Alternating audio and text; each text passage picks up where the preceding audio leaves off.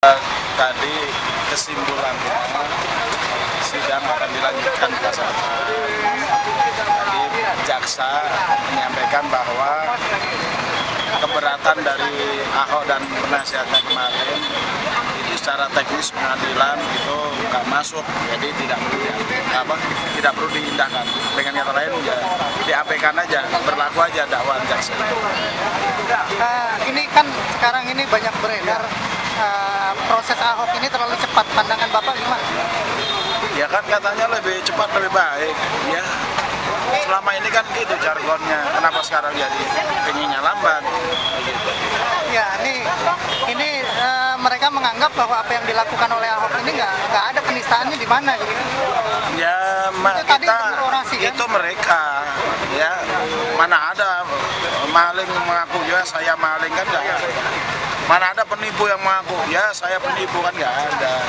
Tapi perbuatan dia itu menista apa tidak itu yang tahu Majelis Ulama, dan Majelis Ulama sudah menyatakan bahwa Ahok alias Basuki itu sudah menghina Al-Quran dan ulama.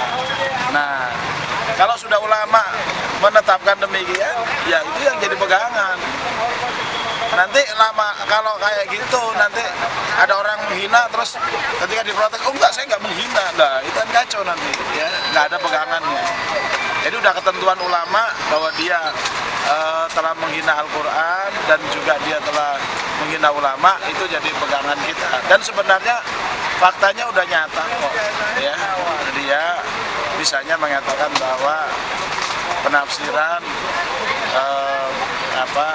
hukum wajib memilih sesama orang beriman itu memecah belah bangsa. Nah ini tentu sangat melukai perasaan umat Islam karena ajaran Islam memang begitu. Saya kira ajaran agama Ahok juga begitu, dia pura-pura nggak tahu aja ya.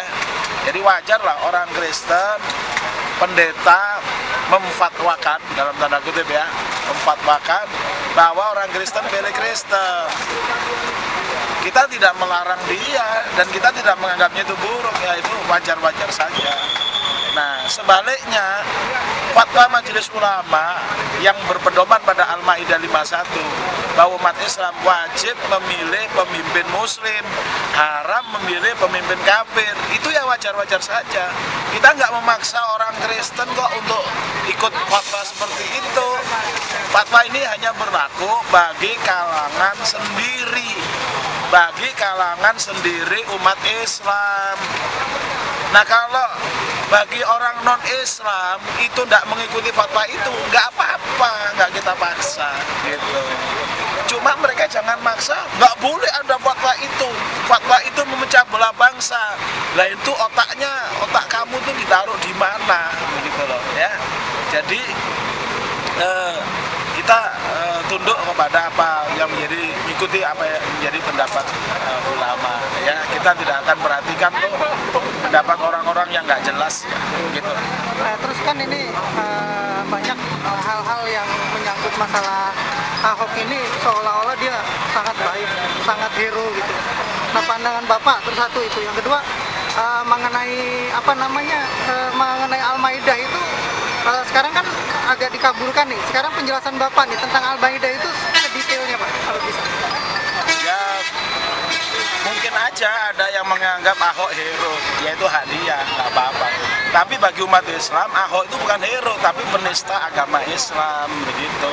Nah jangan paksa kami untuk menghero-herokan Ahok. Kami menganggap bahwa Ahok itu penista agama Islam sesuai dengan pendapat sikap keagamaan Majelis Ulama, itu yang kita ikuti. Jangan paksa kami harus meninggalkan ulama dan ikut pendapat yang mengherokan Ahok. Kalau ente mengherokan Ahok silakan aja, kita nggak larang kok, silakan. Nah, mengenai Al-Maidah ayat 51 itu sudah cukup jelas.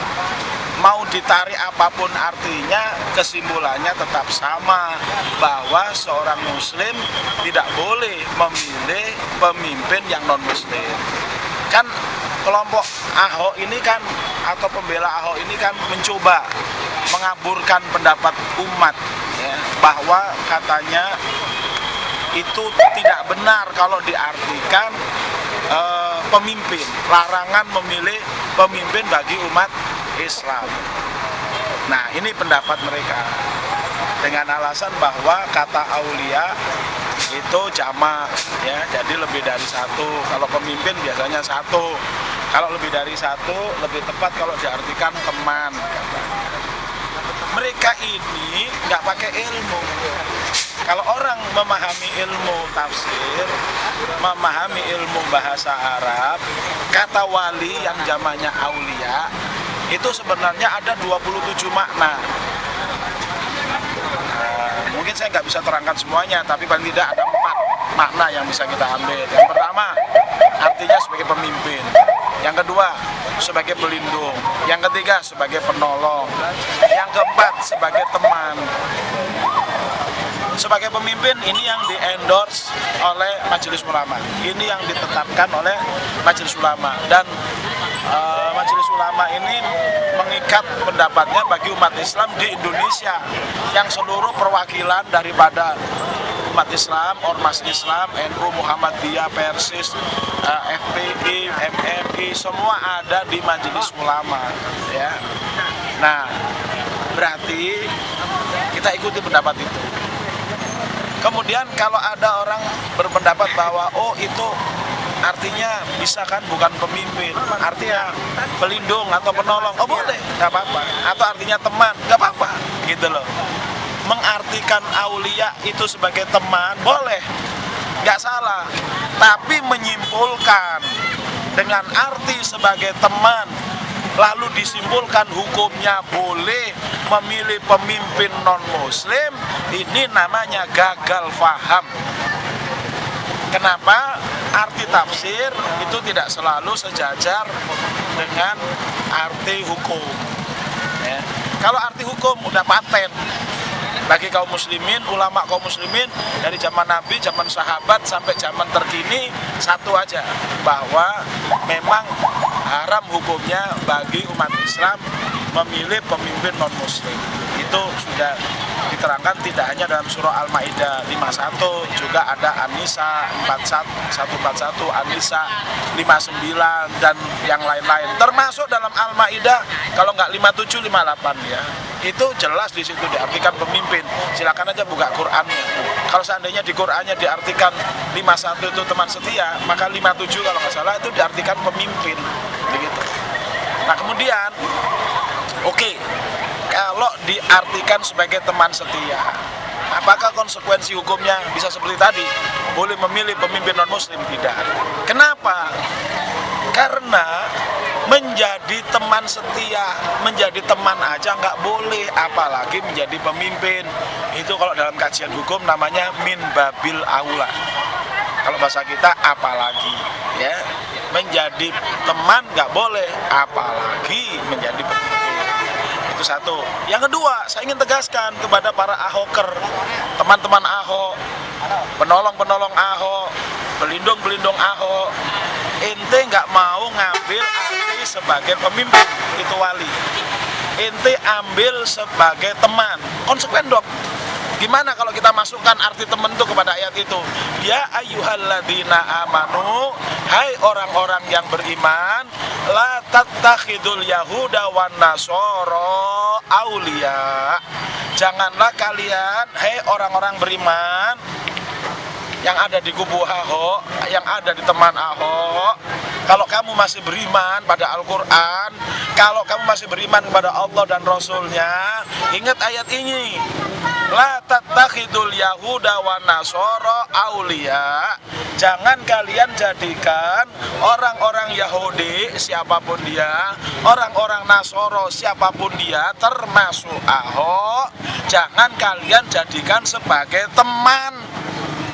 Maka berdasarkan pilihan arti yang Anda pilih sendiri, kalau wali diartikan sebagai teman, maka dengan sendirinya demi hukum, demi Al-Quran, orang yang beriman di dalam teman Ahok wajib keluar dari perkumpulan itu. Teman Ahok kalau masih ada muslimnya wajib bubar. Kalau di situ cuma orang-orang Nasrani aja, monggo, kami tidak akan mengganggu ya.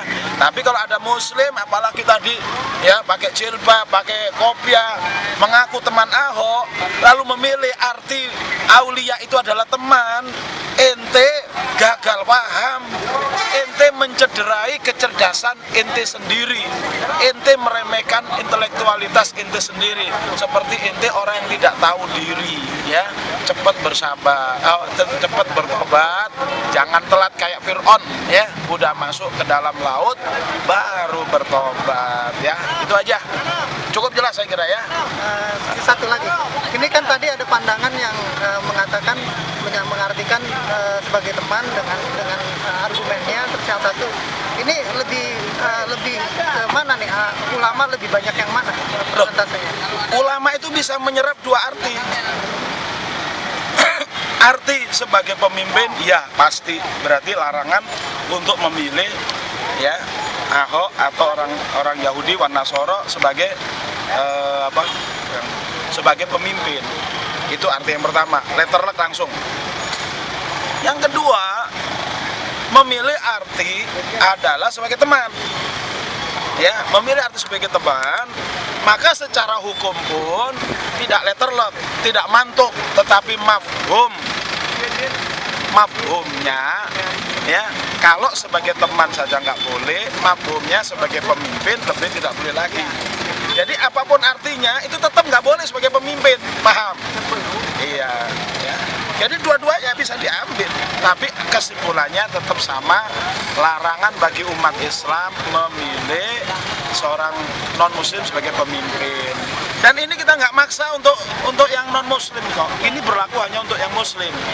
Kalau ada orang muslim yang tidak mau mengikuti hal itu dan memilih Ahok sebagai teman maupun memilih Ahok sebagai pemimpin, silakan dibaca lagi ayatnya. Allah berfirman, "Wa may yatawallahum minkum fa innahu minhum." Siapa saja di antara kalian wahai umat Islam yang menjadikan Ahok sebagai teman maupun menjadikan Ahok sebagai pemimpin, fa innahu minhum, maka orang mukmin itu, orang muslim itu termasuk ya al-yahud wan nasoro. Na'udzubillah min dalik. Sadarlah, sadar, mikirlah, mikir. Ada lagi? Iya, ini Tadi ada yang mau nanya. Kalau buat masukan untuk hakim sendiri untuk tanggal 27 itu harusnya gimana sih pakai? Ya, kita masukkan untuk Pak Hakim. Yang pertama adalah karena Ahok ini ya sebenarnya sangat berbahaya orangnya ya, maka kami ya memberikan masukan supaya dia ditahan ya, supaya tidak menimbulkan persoalan baru ya. Kita khawatir ya muncul persoalan-persoalan baru karena Ahok ini kan nggak bisa nahan mulutnya, masalahnya di situ. Itu aja. Kalau tanggal 27 sendiri masa gimana pakai? Ya, umat Islam tetap punya kewajiban, siapapun harus mengawal persidangan ini. Bahkan harus datang lebih banyak lagi, 10 kali lipat ya. Tetapi tetap dengan koridor tertib ya, damai, disiplin ya, taat sama komando. Itu aja. sikap dari ulama sendiri dengan adanya non-muslim yang mendukung dari pergerakan anti Ahok itu gimana Pak Kiai? Non-muslim mendukung anti Ahok, ya nggak apa-apa. Karena berarti dia tahu diri. Itu aja. Kita nggak ada masalah dalam hal ini karena kita berhubungan dengan non-muslim boleh, nggak apa-apa. Yang nggak boleh itu menghina. Dan kita ada batas-batasannya. Ya, misalnya ini orang non-muslim mau Natal, kita persilakan. Nggak ada masalah kita orang non-muslim mau Natalan, nggak ada masalah. Cuma kita ada batas. Jangan paksa kita ikut Natalan. Tapi kalau menjaga kedamaian, ya, tidak meributi orang yang Natal, ya, boleh. Tetapi jangan kita dipaksa-paksa. Anda harus ikut Natalan, Anda harus ucapin selamat Natal. Kalau Anda nggak ucapin selamat, berarti Anda intoleran. Lah itu namanya sakar PDW, ya. Enak aja, ya, begitu, ya. Hukumnya apa tuh, Pak? Hah? Hukum apaan? Pemakaman, kalau bukan ikut Natal. Oh, haram hukumnya. Ya itu sudah jelas dari fatwa Majelis Ulama di zaman Buya Hamka. Itu sudah haram hukumnya mengucapkan selamat Natal. Ya apalagi mengikuti, lebih haram lagi. Ucapin selamat doang aja haram, apalagi mengikuti itu lebih haram. Atribut juga haram ya. Ya termasuk atribut ya. Yang boleh itu adalah kita tidak mengganggu. Ya, kita tidak mengganggu, silakan orang Nasrani mau Natalan silakan, nggak ada masalah. Ya. Cuma jangan kita dibawa-bawa ikut Natalan. Ngapain sih? Ya. Ada lagi? Cukup? Itu kalau karyawan yang dipaksa untuk pakai atribut gimana sih? Ya namanya kalau memaksa kan nggak boleh melanggar hukum. Ya. Dan karyawannya juga jangan mau dipaksa. Ya. Dan harus berani, yakin. Ya rezeki itu bukan hanya di bosnya. Rezeki itu kan dari Allah. Bosnya cuma ketitipan doang. Ya. Kalau rezeki kita masih ada, pasti dititipin lewat yang lain. Kalau rezeki kita udah habis, pasti kita mati. Kalau kita mati, kita nggak butuh rezeki. Nah itu yang paling penting. Ya, orang nggak butuh rezeki, mati nggak butuh rezeki. Gitu. Kalau kita masih kasih hidup, pasti ada rezeki. Melalui saluran mana? Allah yang tahu. Yang penting buat kita berjalan di muka bumi, ya, dengan bekerja, dengan beriman, takwa, Allah buka pintu-pintu keberkahan. Itu aja. Oke? Terima kasih Pak Kiai. Cukup.